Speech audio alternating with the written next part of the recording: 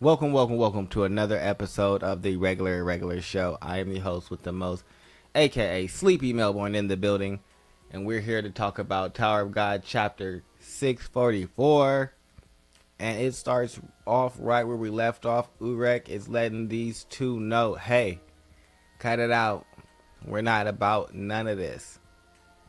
And they give a little bit of pushback. Things are getting a little edgy. But you don't tell me what to do. I'm the boss, not you. And if you really want to fight someone, then why don't you both come at me right now? Because I'm fine with the both of you. And now, I need to see that. I need to see Urek versus both family heads. Or alternatively, I'm comfortable seeing the family heads surrender, back down, recognize that they don't want no smoke, because that also is going to just pump up Urek's legend in my head, and like that's a feat. Like, I don't care that he didn't throw a punch. If they give up before he throws a punch, that's even more amazing than if they tried to like stand against him, because that means maybe they felt like they had a little opportunity. But if they're just like, you know what, you're right, never mind, we're gonna cut this out, then clearly they both know that even together, he's not someone to be trifled with, and they need to move around because it's all happening. But we switch to seeing the slime that's in Iniduo Belair moving around with the chess piece, coming into contact with Rachel, calling her name, saying, hey. And Rachel, for some reason, is kind of slow inside of this situation, where she's immediately willing to just kind of forgive Berlier and be like, yeah, let's go ahead and get to the main area together. However, that is not the case from her compatriot.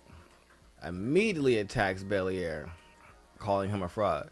Yura is not having any of this, because he is the one that set them up and trapped them when they were supposed to be working together initially.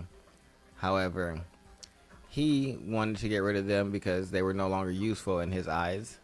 And Yura is not going to forgive that. Vice captain or not, he has to atone for what he's done. And Enkidu is inside of there like, excuse me, are you really a ranker? Because if I wasn't inside of your body, you'd be dead right now. I need you to understand. Like, I'm curious. Like, what's going on?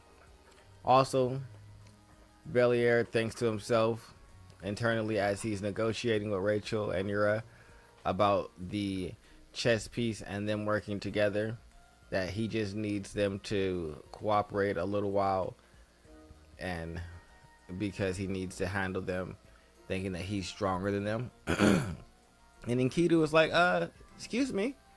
Again, that's not for you to say. You aren't really on their level, because they could kill you. I don't think you're in any position to say that.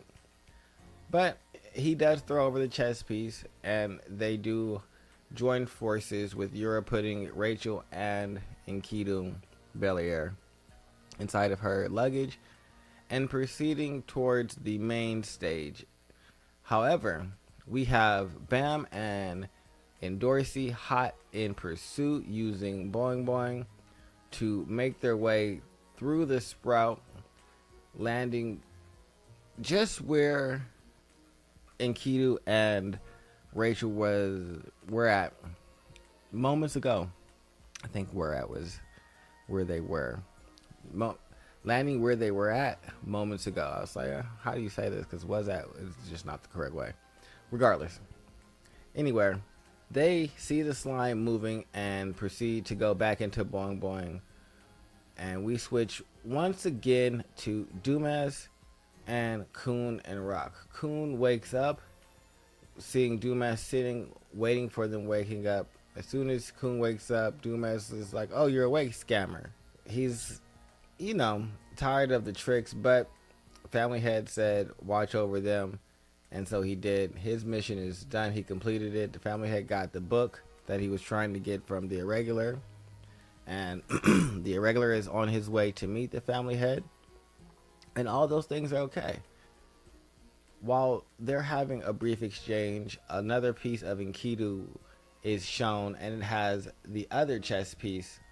However, Dumas is not interested in allowing this to continue, so he immediately grabs the piece of Enkidu, crushing it and taking the chess piece away from it, giving it to Kun, letting him know that he needs to give that to the Irregular because the family head has acknowledged the Irregular, and so he does as well, meaning that whatever the Irregular decides, the family head should be comfortable with it.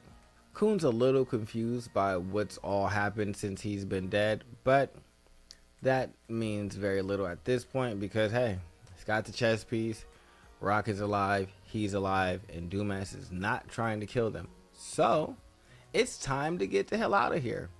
Alligator in the lighthouse, and we are leaving. We get to see a couple of emotions from Dumas, who is thinking back on the family head, also being shared with others.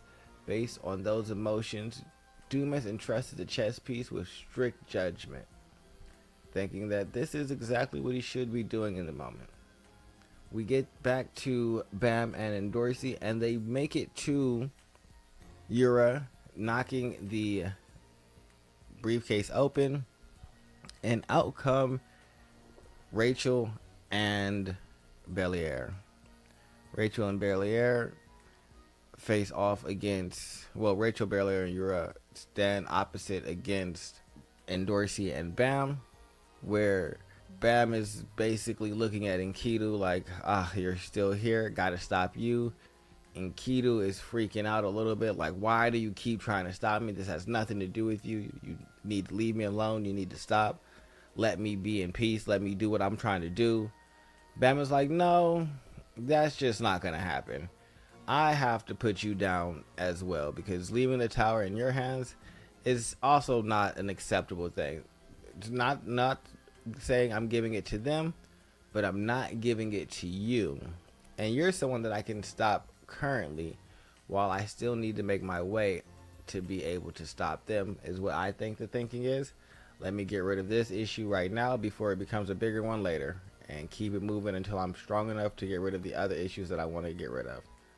But Enkidu fully manifests inside of Belair's body and goes on the assault, telling Bam that he is going to end him, also asking why he will not get out of his way. He tells the girls to run and keep the chess piece, while Bam tells Endorsi to follow them and basically retrieve the chess piece. So now it is a game of cat and mouse between Yura and Rachel, and the magic school bus, aka suitcase, and Endorsi and Bong Bong, aka Pink Fairy. Hopefully Pink Fairy gets it done. I'm team Endorsi because, you know, she's that, she's that big. She the one. Best girl. But anyway, Enkidu comes with like a machete type blade. I don't know where this came from, but he seemed to manifest it. But regardless, he's coming at Bam, and I said, just get lost, you piece of shit. And Bam is not here to have any of that. He blocks the attack and fully manifests his Leviathan gauntlets. And I don't know what they're called, so that's what I'm calling them, the Leviathan gauntlets. I like them. And he is ready to go. He's throwing punches, dodging blade strikes, getting in some good kicks to Belair's face, get a good uppercut in there. And he's letting him know, hey, when I saw the memories of the book, I saw things that you did. I know what happened. Also, when you were inside of me, I know the things that you did to those two. So I can't leave the fate of the tower in your hands. Not someone like you. And this makes Enkidu a little bit upset, because he wants to know, how much did you see?